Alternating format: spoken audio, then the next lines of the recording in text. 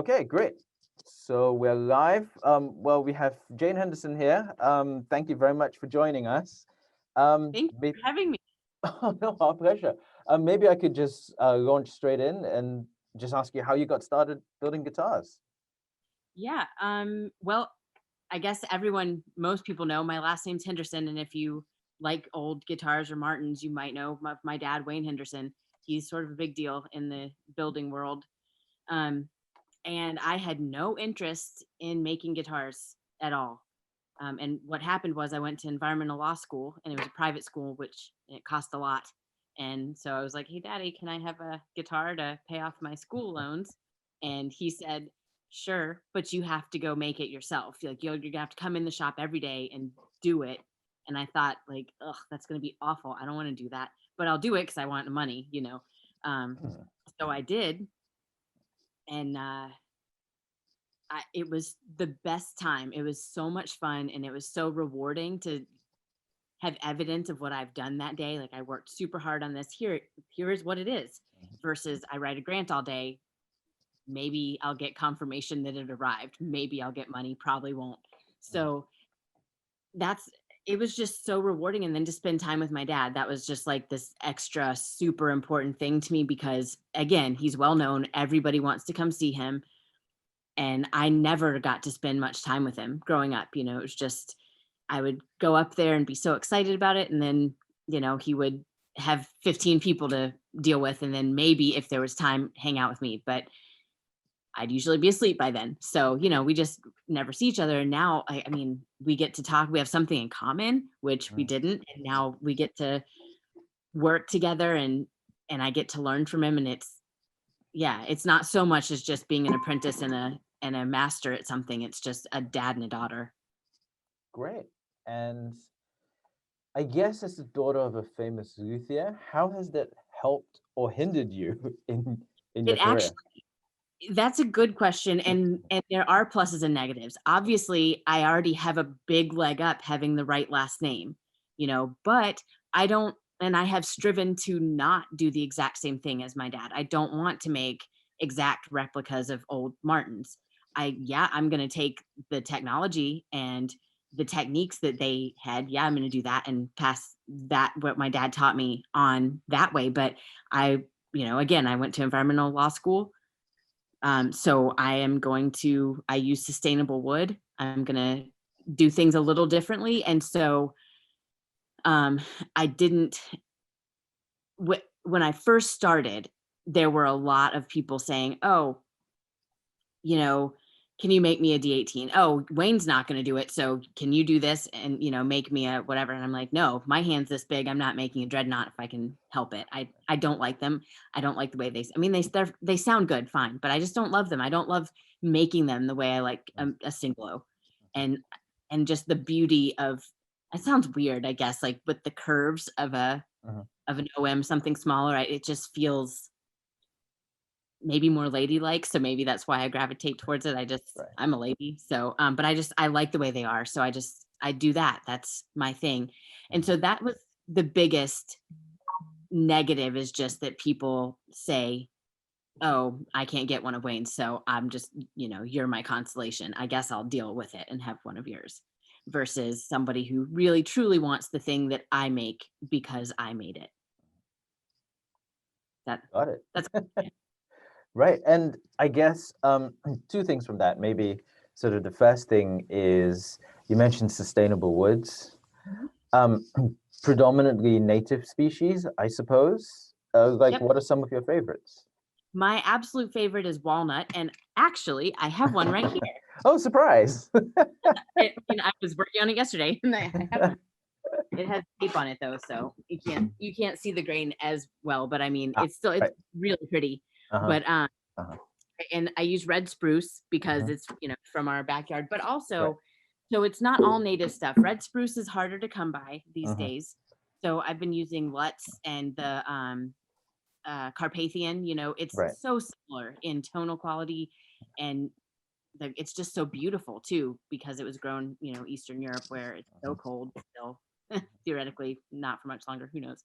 Um, but yeah, I just try and use things that have been thoughtfully harvested. They don't have to be from right here, Right. but um but I love walnut's one of my favorites. I would say oak is another really fun one that people don't really Mm-hmm. uh, think is a good tone wood. And I've had people like actually come up and tell me like straight out, that's not a tone wood. It's like, well, go tell Martin that in 1920, but whatever. Right. But they make, it makes a beautiful guitar. I've made Mm-hmm. great ones out of that. It's just, I think you need to know how to manipulate it the same way as anything as Mm-hmm. Brazilian. It's, I Mm-hmm. mean, it's a temperamental beast too. You just have to be cognizant of how things are going to work.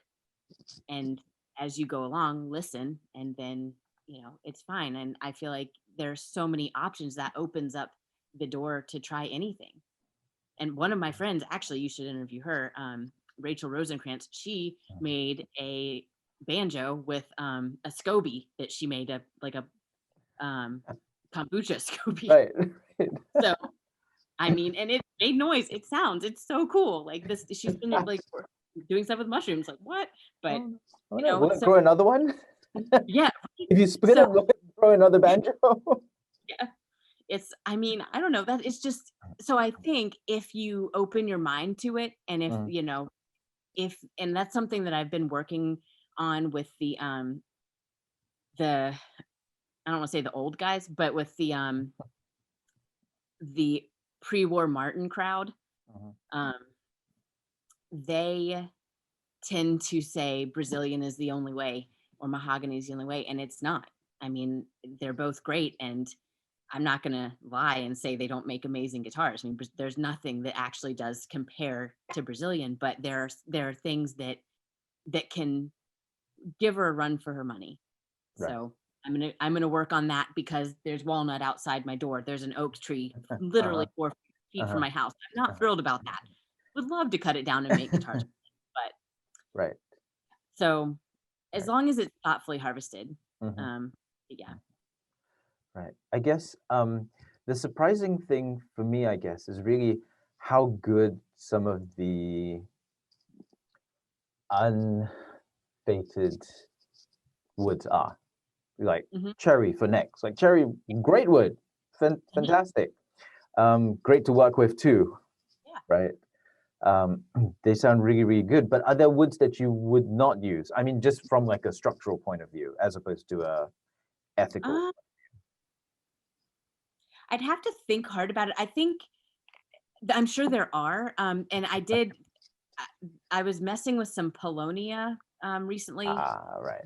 Somebody asked me to do that. And it wasn't my favorite. I probably can't say much more than that, but I didn't love it. And I don't think, Right. like, when you tap on it, it just didn't seem like it was going to carry sound waves very easily and Okay. well. Right. So I guess I'm trying to think if there's something that I just would like, I don't know, pine from Home Depot. I probably wouldn't, or Probably like a right. 2x4. I don't know. Right. Um, I, but I don't know. I don't think I'd want to say definitely nothing, but I'm sure there are things. Uh-huh. Uh-huh. You just have to, I would like to feel it and tap it and make sure that it feels like it's something I could use. You could But use right. Okay. oftentimes I will say I go through there's a wood store, I call it, up Mhm.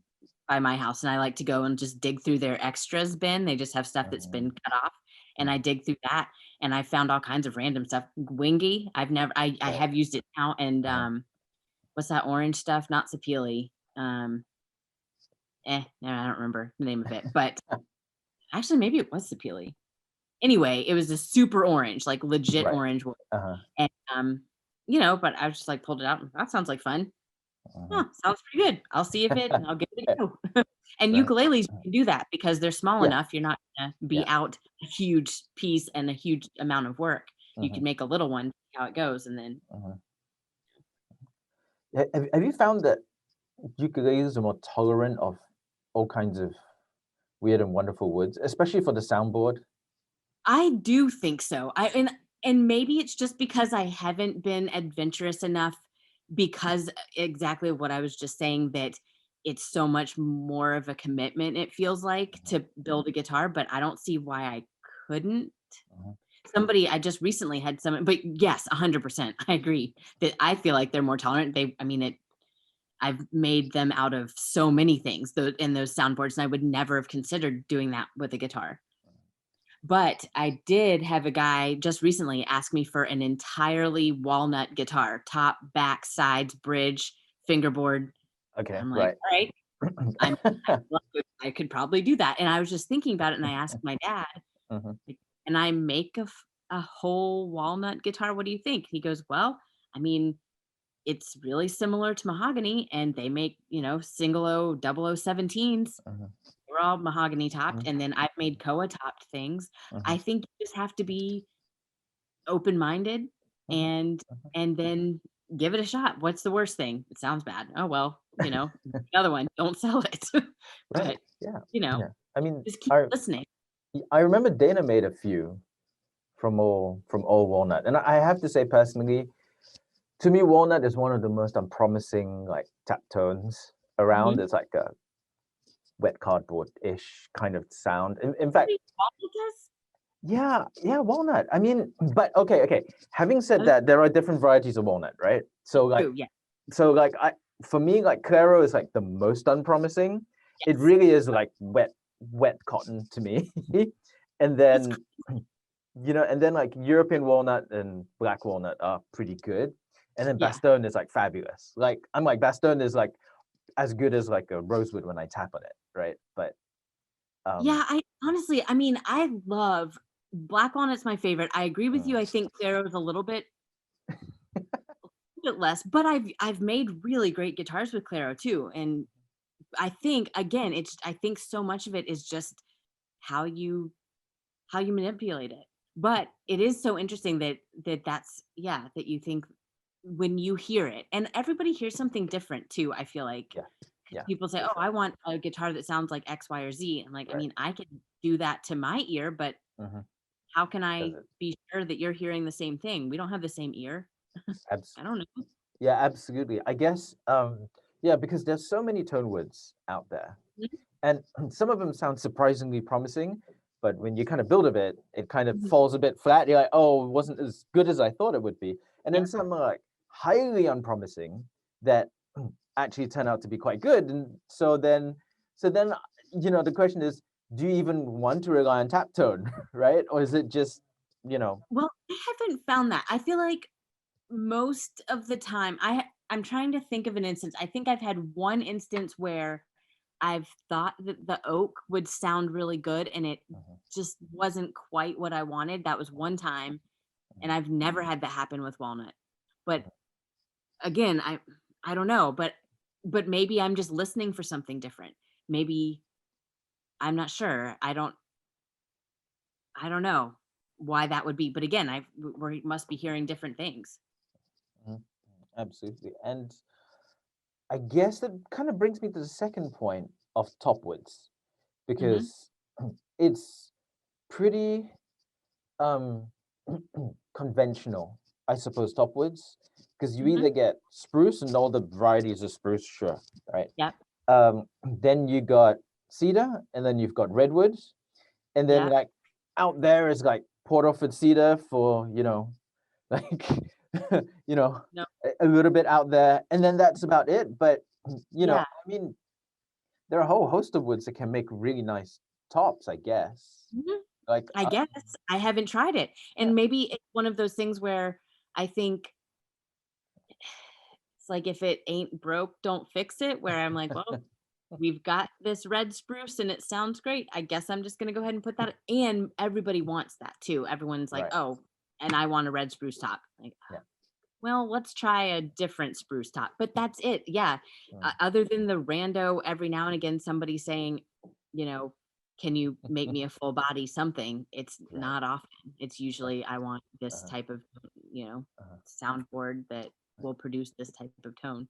right. And Like, and well, do you alter the construction of those hardwood top guitars, like the Alcoas and a little bit thinner. They're definitely because usually my spruce tops guitars are about 110 thousandths.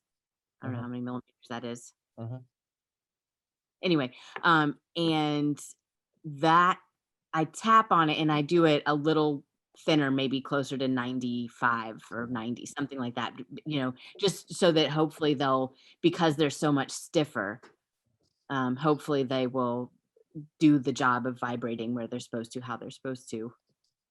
You tap, but again, if it's a flimsier, like a lighter mahogany top or something, it might still need to be that thick. You just need to, each case is on its own. That's great. And I suppose now's the time to see what you've been up to in the workshop. Okay. Well, as I mentioned, so I'm working on this double O. And you're going to be able to hear all of it through your thing, right? Because my speakers are excellent. Yeah.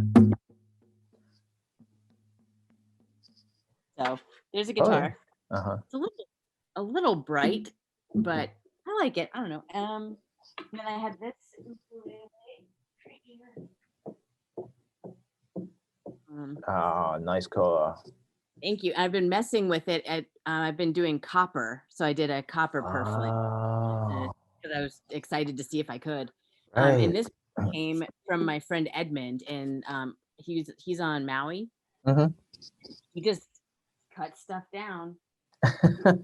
I've never been like I don't get car sick that often anymore, but when he was driving me down that road to Hana, we like lurched to a stop every few feet. He'd be like, "See over there? I cut a koa tree right over there one time. See over there? I cut." I'm like, "Okay, can we just do where we're going? You can just tell me about it."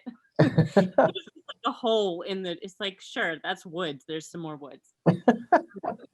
Things that I'm working on, really. Anything else?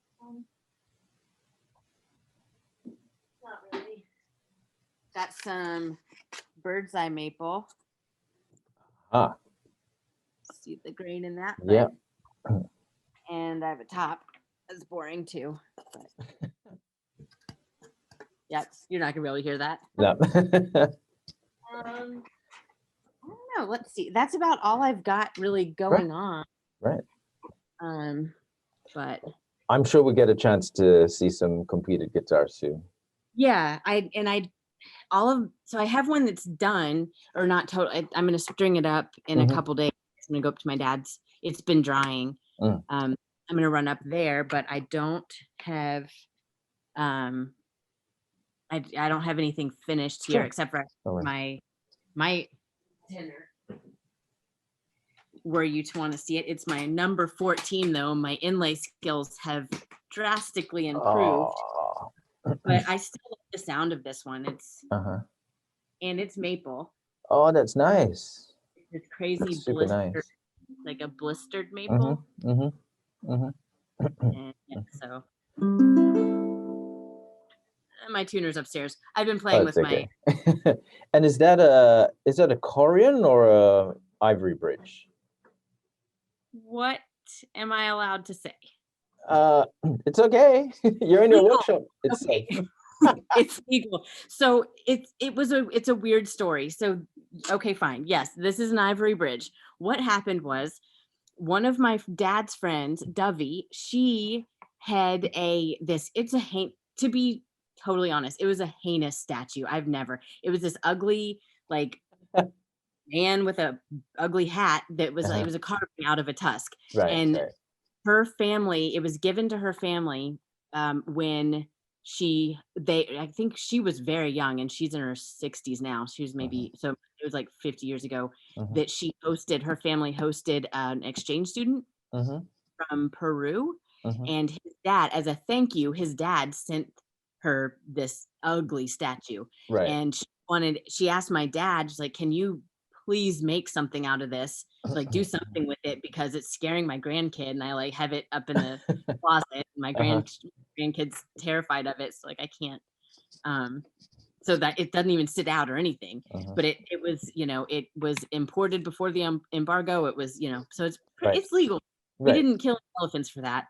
And also, and my my nut saddle is from an elephant that died in the Richmond Zoo here in Virginia. I forgot North Carolina, but and so an excavator, they were making a new hotel or something, and and a contractor guy was like digging a basement or something and Right. thought he'd like discovered, a dinosaur, but it was just an elephant that they had Oh buried. no. Yeah. So, and they somehow that made it to my dad's shop too. That Right. the time, I don't know how it did, but Mhm. in any event, that one never even was never imported because it was born Yeah. here. Yeah. So yeah. Anyway, so here's yes, it's an Oh, ivory ridge, yeah. That and looks fabulous.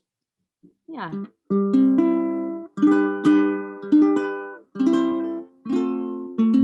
Sounds really great too. I it does mean, sound. It sounds a lot better than you would think, but I love this one. Yeah, I like. So I was gonna make that this guy for myself. mhm. Haven't gotten around to it, but I don't know. I like my old friend, but yeah, my daughter and I sing Twinkle Twinkle every day. So Oh, that's great. yeah, that's why That's my great. tuner's upstairs. No problems. So Jane, I mean, I suppose one of the things that I kind of have been talking about a little bit is sort of woods, tone woods, Hmm. I guess environmental protections. Hmm. And I guess it comes back to the fact that for me, now I used to deal in Brazilian rosewood. Okay, so Hmm. I go to Brazil, we pick out the cans, they'd handle all the paperwork, we'd handle all the import work, and they would come through, right? But then I realized, because one of the guys there, he was telling me, look, um, it, he was telling me about CITES. He's like, look, sooner or later, I can't get any CITES papers, right? Hmm. But it's not going to stop the trees from being cut down. It's not just for domestic consumption, it's just that people need the land. And, Interesting. Okay. and so, CITES only handles like a very small, I think it handles a small but important portion of Hmm. international trade. Yeah. But, I think at the end of the day, and I've said this, I think a couple of times now, that I think the problem is that as communities value Hmm. a felled tree more than a live tree, whether Yeah. that's for the wood itself or for the land that it's sitting Yeah. on. And Not, not okay with me, but what can you do? I mean, yeah, but I guess, and I know that especially in the EU and the US, where they're really good or reasonably good environmental protection Mhm. laws, Well, well, not kind of, given the last 4 years, but okay. but I guess the question is, where do you see the tonewood industry going? Well, for me, that's why I'm sort of trying to push those sustainable materials, not so much. I mean, a lot of it is yes, we need to protect those woods that are, you know, Mhm. that are being decimated anyway. But I mean, a lot of it is just to protect myself. It's because we're not always going to have gas. How many electric cars are there now? How many will there be in 20 years? I want to be making instruments with things that are thoughtfully harvested because I have to. I have to be thoughtful of that. Um, and that's sort of what I think. I think we're eventually it's the same. There's gonna be a day when the last little bit of Brazilian rosewood is gonna be gone because it will be consumed in some manner if it's not being replanted, if it's not coming back. And if a felled tree is better than a live tree, then that's gonna happen. If there's no education on why it would be better to have a forest than cows, um, if that doesn't change, there won't be any more. And it's the same as with our fossil fuels. If we're not careful, if we aren't trying to get ahead of that, there won't be any more. Like I know there's still some and it's, you know, and but the demand is not going to keep up or the other way around. The supply is not going to keep up with Yeah. the demand we have. Mhm. So I think the way that I think about sustainable materials is I want to make sure that I'm really good at what I do with the materials that I have and that I can make an incredible guitar for you that will make you not so sad that it's not Brazilian. Like it'll make you be like, dang, this is just a really good guitar. And it's with something that's been thoughtfully harvested, that hasn't been completely, just taken out the entire population of trees. It's just taken down. It's one tree that fell over in a storm and nobody really misses it or notices. And, you know, and I also like to make those smaller body guitars because they use the top bits of the tree that, a dreadnought, you can't do that. I can make ukuleles, I can make single O's, double O's with that top bit of the tree that no one else is going to use.